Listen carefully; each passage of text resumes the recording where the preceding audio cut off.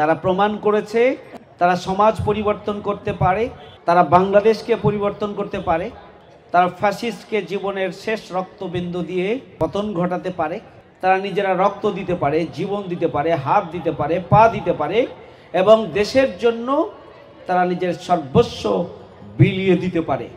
5ই আগস্টের ঐতিহাসিক গণবিপ্লব এদেশের ছাত্র সমাজ তাই প্রমাণ করেছে। আমি ছাত্রদেরকে স্যালুট জানাই, যুবকদেরকে স্যালুট জানাই এবং আজকে যে নতুন বাংলাদেশ আমরা পেয়েছি ছাত্র এবং যুবকদের নেতৃত্বে একটা গণঅভ্যুত্থানের মধ্য দিয়ে, সেই নতুন বাংলাদেশের স্লোগান হচ্ছে উই ওয়ান্ট জাস্টিস। এই দেশের জন্য যদি করতে হয় আমার জীবন দান, তবু দেব না। বিসমিল্লাহির রহমানির রহিম। বাংলাদেশ জামাত ইসলামী রানীহাটি ইউনিয়ন কর্তৃক আয়োজিত আজকের ফুটবল টুর্নামেন্টের ফাইনাল ম্যাচের এই আয়োজনে উপস্থিত সম্মানিত সভাপতি, সম্মানিত বিশেষ অতিথিবৃন্দ, টুর্নামেন্টের সাথে যারা সম্পৃক্ত কর্মকর্তাবৃন্দ, সম্মানিত প্রিয় খেলোয়াড়বৃন্দ এবং অত্র এলাকার সর্বস্তরের ছাত্র যুবক ও সম্মানিত সুধীমণ্ডলী, আসসালামু আলাইকুম ওয়া রাহমাতুল্লাহি ওয়া বারাকাতুহু।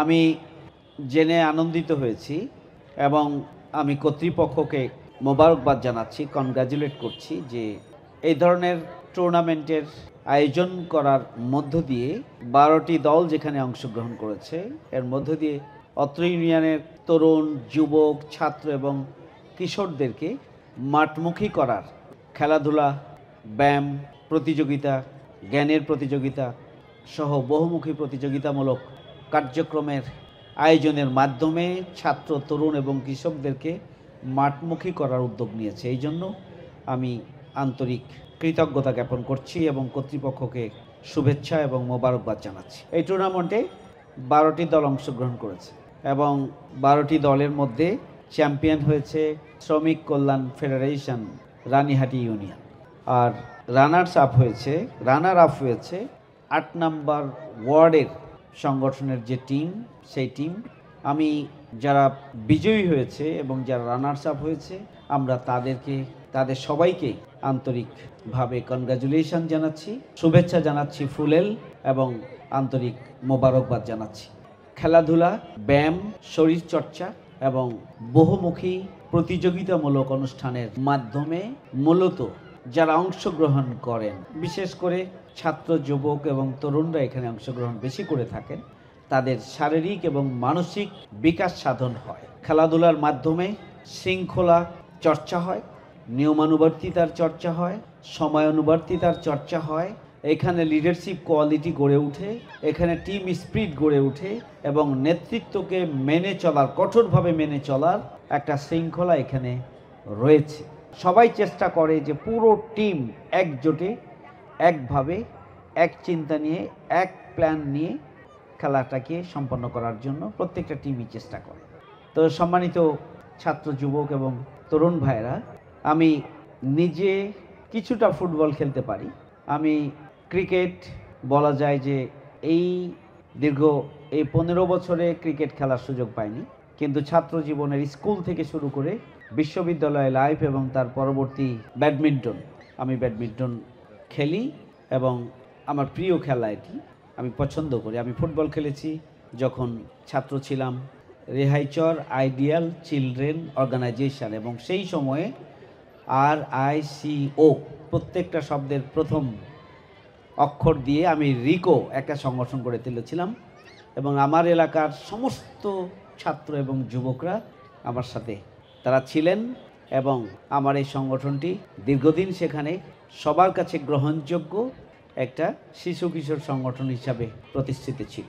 আমি পরবর্তীতে কিছু সময় জাতীয় শিশু কিশোর সংগঠন, একটি গুরুত্বপূর্ণ জাতীয় পর্যায়ের সংগঠনের শিশু কিশোর সংগঠনের চাঁপাইনবাবগঞ্জের আমি পরিচালক ছিলাম। আমি স্কুলের ছাত্রদের সাথে কাজ করেছি, কলেজের ছাত্রদের সাথে কাজ করেছি, ইউনিভার্সিটির ছাত্রদের সাথে কাজ করেছি। সুতরাং কিশোর, তরুণ এবং যুবকদের নিয়ে আমার স্কুল জীবন থেকেই স্বপ্ন ছিল। সেই স্বপ্ন বাস্তবায়নের জন্য ভূমিকা পালনের সুযোগও আল্লাহ রাব্বুল আলামিন আমাকে দিয়েছিলেন।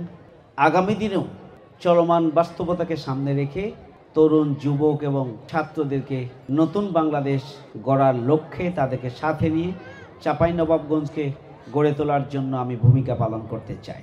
প্রিয় ভাইয়ের আমার, আমি এখানকার আয়োজকদেরকে ধন্যবাদ জানাচ্ছি এই ধরনের একটি সুন্দর আয়োজনের জন্য। প্রতিটি পাড়ায় পাড়ায় এই ধরনের প্রতিযোগিতাগুলোকে আরও বাড়িয়ে দেওয়া দরকার, ছাত্রদেরকে মাঠমুখী করা দরকার, পড়ালেখামুখী করা দরকার, ছাত্রদেরকে মোবাইল এবং নেটওয়ার্কিংয়ের ইন্টারনেটের যে 24 ঘন্টা এটার সাথে সম্পৃক্ত থাকা ছাত্রদের মেধা এবং মননের জন্য খুবই ক্ষতিকর, যুবকদের জন্য খুবই ক্ষতিকর। সুতরাং এখান থেকেও তাদেরকে কিছুটা সময়ের জন্য আলাদা করে মাঠমুখী করার মধ্য দিয়েই কিন্তু ছাত্র যুবক এবং তরুণদেরকে দেশ গড়ার জন্য তাদেরকে উপযুক্ত করে গড়ে তোলা দরকার।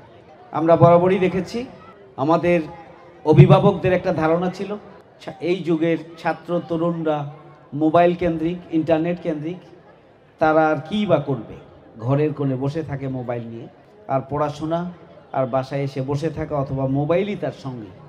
এই যে একটা ধারণা ছিল, 5ই আগস্টের গণঅভ্যুত্থানের মাধ্যমে সেই ধারণা এদেশের ছাত্র যুবক এবং তরুণরা সেই ধারণা ভেঙে খান খান করে দিয়েছে।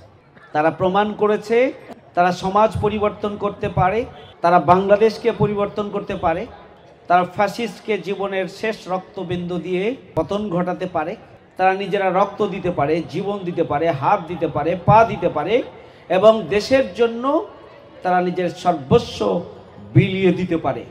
5ই আগস্টের ঐতিহাসিক গণবিপ্লব এদেশের ছাত্র সমাজ তাই প্রমাণ করেছে। আমি ছাত্রদেরকে স্যালুট জানাই, যুবকদেরকে স্যালুট জানাই এবং আজকে যে নতুন বাংলাদেশ আমরা পেয়েছি ছাত্র এবং যুবকদের নেতৃত্বে একটা গণঅভ্যুত্থানের মধ্য দিয়ে, সেই নতুন বাংলাদেশের স্লোগান হচ্ছে উই ওয়ান্ট জাস্টিস। আমরা ন্যায় বিচার চাই। তার মানে আমরা বৈষম্য মুক্ত বাংলাদেশ চাই, আমরা দুর্নীতিমুক্ত বাংলাদেশ চাই, আমরা সন্ত্রাস মুক্ত বাংলাদেশ চাই, আমরা চাঁদাবাজ মুক্ত বাংলাদেশ চাই, আমরা লাঠিয়াল মুক্ত বাংলাদেশ চাই। প্রিয় ভাই আমার, ছাত্র সমাজের সেই স্বপ্ন বাস্তবায়নের জন্য আমাদেরকে ছাত্র যুবক তরুণ অভিভাবক সবাইকে আজকে ঐক্যবদ্ধ হতে হবে। আবু সাইদ মুগ্ধ শেষ হয়নি, যুদ্ধ দেশের বিরুদ্ধে এখনো চক্রান্ত চলছে, দেশের বিরুদ্ধে এখনো ষড়যন্ত্র চলছে। সুতরাং আমাদের সবাইকে দেশ এবং জাতির সুরক্ষার জন্য, নতুন বাংলাদেশের বিরুদ্ধে চক্রান্তকে রুখে দেওয়ার জন্য এবং নতুন বাংলাদেশ গড়ে তোলার লক্ষ্যে আমাদেরকে ঐক্যবদ্ধ থাকতে হবে। আমরা চাই বেকার মুক্ত বাংলাদেশ।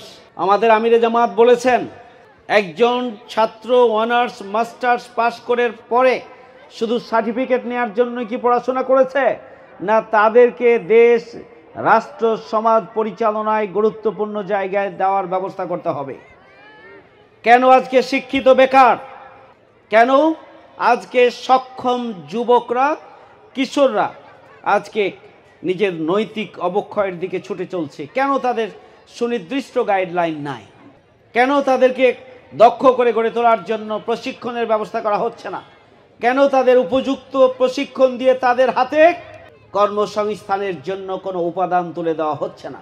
কেন তাদেরকে জনসম্পদে পরিণত করার জন্য বাস্তব পদক্ষেপ গ্রহণ করা হচ্ছে না? আমাদের তরুণ এবং যুবকদের নিয়ে পৃথিবীর বিভিন্ন দেশ এগিয়ে যাচ্ছে, আমাদের যুবকদের শ্রমকে কিনে নিচ্ছে তারা, চড়া দামে তাদেরকে বিদেশে যাওয়ার পরে তারা ভালো স্যালারি পাচ্ছে। তাহলে ওই সমস্ত রাষ্ট্রগুলো যদি আমাদের সন্তানদেরকে, আমাদের ছোট ভাইদেরকে, আমাদের যুবকদেরকে, আমাদের ছাত্রদেরকে, আমাদের শক্তিকে কাজে লাগিয়ে তারা নিজেদের লক্ষ্য অর্জন করতে পারে, তাহলে বাংলাদেশের সরকার এবং পিছনের সরকারগুলো কেন পারেনি? দেশ নিয়ে তাদের কোনো চিন্তা ছিল না। তাদের চিন্তা পকেট, তাদের চিন্তা আত্মীয়তা, তাদের চিন্তা স্বজনপ্রীতি, তাদের চিন্তা দলীয়করণ, তাদের চিন্তা নিজেকে নিয়ে, পরিবার নিয়ে, এর বাইরে কোনো চিন্তা ছিল না। যার কারণে চাঁপাইনবাবগঞ্জের যে উন্নয়ন, যে অগ্রগতি, চাঁপাইনবাবগঞ্জের ছাত্র এবং যুব সমাজের যেভাবে আরও কর্মক্ষম হয়ে গড়ে ওঠা উচিত ছিল, তাদেরকে কর্মসংস্থানের ব্যবস্থা যেভাবে করা উচিত ছিল, সেটি না করে বরং তাদেরকে ভিলেজ পলিটিক্সের নোংরা খেলার দিকে ছাড়িয়ে দেওয়া হচ্ছে। খুবই দুঃখজনক, খুবই দুঃখজনক। অভিভাবকদেরকে সজাগ এবং সচেতন হতে হবে। আমরা বসবাসযোগ্য, সন্ত্রাসমুক্ত, দুর্নীতিমুক্ত, বৈষম্যমুক্ত নতুন বাংলাদেশ চাই। আমরা কোনো চাঁদাবাজিও চাই না, আমরা কোনো মারামারি চাই না, আমরা কোনো লাঠালাঠি চাই না, আমরা পক্ষে বিপক্ষে রক্তপাত দেখতে চাই না। এই ধরনের একটি নতুন বাংলাদেশ গড়ে তোলার জন্য আমরা কাজ করে যাচ্ছি। আসুন দল, মত, জাতি, ধর্ম, বর্ণ, গোত্র নির্বিশেষে আমরা সবাই মিলে আমাদের এই প্রিয় বাংলাদেশকে গড়ে তোলার জন্য ভূমিকা পালন করি। আমরা আমাদের প্রিয় চাঁপাইনবাবগঞ্জকে গড়ে তোলার জন্য ভূমিকা পালন করি। সবাইকে ধন্যবাদ। আল্লাহ হাফেজ। আসসালামু আলাইকুম ওয়া রাহমাতুল্লাহি ওয়া বারাকাতুহু। এই দেশের জন্য যদি করতে হয় আমার জীবন দান, তবু দেব না লুটাতে ধুলাই আমার দেশের সম্মান। তবু দেব না লুটাতে ধুলাই আমার দেশের সম্মান। রক্তের বিনিময়ে করেছি স্বাধীন আমার বাংলাদেশ, সৌহার্দ্য সম্প্রীতিতে ভরা, নেই কোনো রেশারে।